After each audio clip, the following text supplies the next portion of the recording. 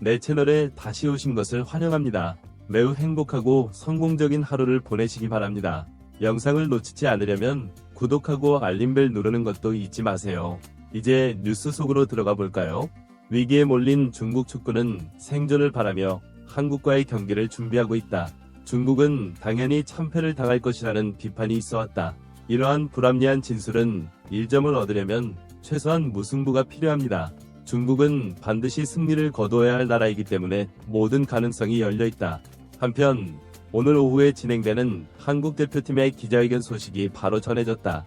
손흥민의 발언이 화제가 됐다. 중국은 승리를 기대하지 않았지만 우리가 이길 수 있는 기회일 뿐이었다. 이제 중국 대표팀이 출전을 선언했다. 수비수 5명이 완전 수비에 나서는 역습. 탄탄한 수비로 한국의 공격을 막겠다는 계획이다. 자신들의 전술로 손흥민의 날카로운 공격도 막아낼 수 있다고 외치고 있었다.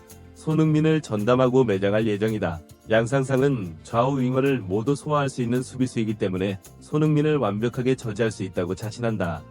중국 대표팀의 전술에 맞서는 손흥민의 다리의 누리꾼들은 쿵푸 축구를 보자 고 반응을 보였다. 그렇다면 손흥민을 막을 수는 없을 것이다. 중국 내 일부 사람들은 아시아 축구연맹 AFC 이 한국의 압력에 대응하고 있다고 믿고 있다. 심지어 훈련 중에 확인됐다고도 한다. 한국 대표팀의 모습이 중국 언론에 보도됐다. 청백팀 훈련을 확인한 중국 기자는 한국팀이 부상을 입어 오세훈과 우영이 현장 연습에 참여하지 않았다고 전했다. 실제로 오세훈은 오른쪽 허벅지에 불편함이 있었고 정우영은 왼쪽 발목 부상으로 9일 훈련에 불참했다. 전략은 승리가 확실했고 중국 기자들은 한국에 헌신하기 어렵다고 결론지었다. 이것을 보면 무승부가 있을 것이라고 생각하는 망상에 빠진 것 같지만 망상에 빠져 사물을 헛되게 보는 것 같습니다. 중국에서는 한국이 중국을 상대로 반드시 승리하겠다는 각오로 아시아 3위권 시드 확보를 자꾸 거론하는 것을 매우 우려하고 있다. 상위 시드에 문제가 없기 때문에 한국은 부상을 무릅쓰고 승리를 강요하지 않을 것으로 예상되며 피파 3아시아 순위를 유지해야 합니다. 3라운드에서 이란, 일본 등 강대국을 피할 톱시드 순위 23위 국가는 피파 랭킹 4위인 호주와 0.96점 차이밖에 나지 않는다. 호주는 팔레스타인과 마지막 6차전을 치른다. 내일 오전 9시 10분 호주 퍼스 렉탱귤러 스타디움에서 열린다. 지난해 11월 호주는 쿠웨이트를 상대로 1에서 0으로 승리했고 한국은 중국을 꺾고 아시아 3위를 차지했다. 복잡한 계산이지만 의미도 없고 할 가치도 없다.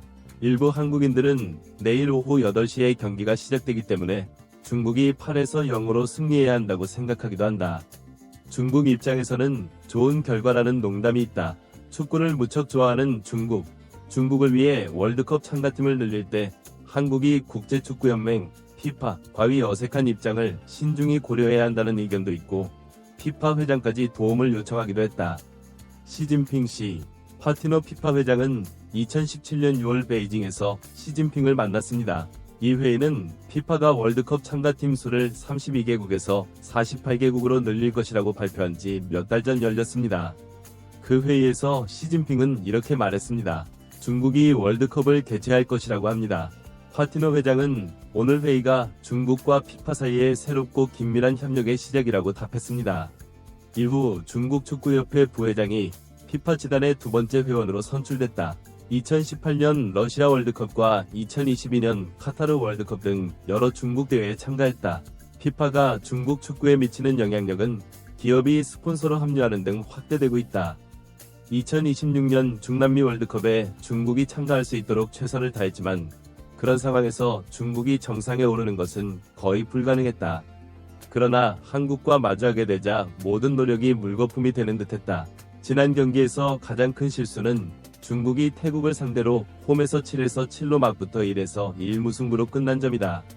추종자들은 비관하지 않으려고 노력하지만 한국이 진지하게 플레이하면 우리의 꿈은 이뤄지지 않을 것이고 기회도 전혀 없다며 아직 희망은 남아있다고 지적했다. 아시아 축구협회는 한국을 압박하고 있는데 그것이 경기에 반영된다면 무승부도 가능하다. 한국은 무조건 승리할 것이라고 자신하고 있기 때문에 한국이 중국과 비긴다면 중국이 어디를 계산할지는 알 수 없다. 그러나 중국은 한국이 비겨도 나쁠 것이 없기 때문에 아시아 축구연맹의 압력을 받아들일 것이라는 착각에 빠져있다. 한국전에는 훈과 손흥민이 참석했다. 중국에서 생중계된 한국 대표팀 기자회견이 있었는데 손흥민의 연설이 큰 관심을 끌었다. 최선을 다해 꼭 승리할 수 있도록 다치지 않도록 조심하겠습니다. 3라운드 진출이 확실하기 때문에 무리하지는 않겠습니다. 지난해 11월 중국 CCTV에서 나온 중국팀과 비교하면 어떤 변화가 있는 걸까? 중국 원정 결승전은 그렇지 않다는 손흥민의 발언을 통해 중국 대표팀을 어떻게 생각하는지 알아보려는 시도였다. 그는 내일도 어려울 것이다. 쉬운 경기는 없을 것이다. 최선을 다하겠다. 고 답해 곧바로 중국에서 화제가 됐다. 손흥민은 긴장한 모습으로 소개됐다. 중국팀과의 경기는 늘 어렵다고 생각한다. 이에 대한 댓글은 모두 정리돼 중국 국민들에게 전달됐다. 특히 패하지 않고 승리하겠다는 의지를 표현한 부분은 면제 등으로 화제가 됐다. 손흥민은 축구에 쉬운 경기는 없다. 함께 이기기 위해 노력하기 때문에 어떤 사람들에게는 쉽지 않은 경기라고 말했다. 그는 우리는 이겨야 한다 고 말했다. 서울에서 대회를 치르기 때문에 좋은 성적을 내야 한다. 팬들의 기대에 부응하는 퍼포먼스, 특히 우리는 유럽 선수들이 내일 경기를 마지막 경기로 2023에서 24시즌을 마무리한다는 점을 이해했습니다. 팀에서는 주민규를 주전으로 내세워 연습했고 도심에서는 젊은 선수들을 대거 활용했다고 한다. 훈련에 참가한 신내 선수들의 모습이 달라서 경기 지시를 받은 것 같았다고 한다. 마침내 중국 언론은 김도은 감독이 이 젊은 선수를 영입했다고 보도했다. 한국은 선수들에게 뛸 기회를 주는 태도를 갖고 있다고 결론지었다. 그는 한국이 대표팀의 핵심 선수인 손흥민을 고려해야 한다고 말했다. 흥민, 이강인, 이재성, 황인범이 선발로 나선다. 이에 김도은 감독은 중국이 긴 패스와 역습을 펼칠 필요가 있다고 본다.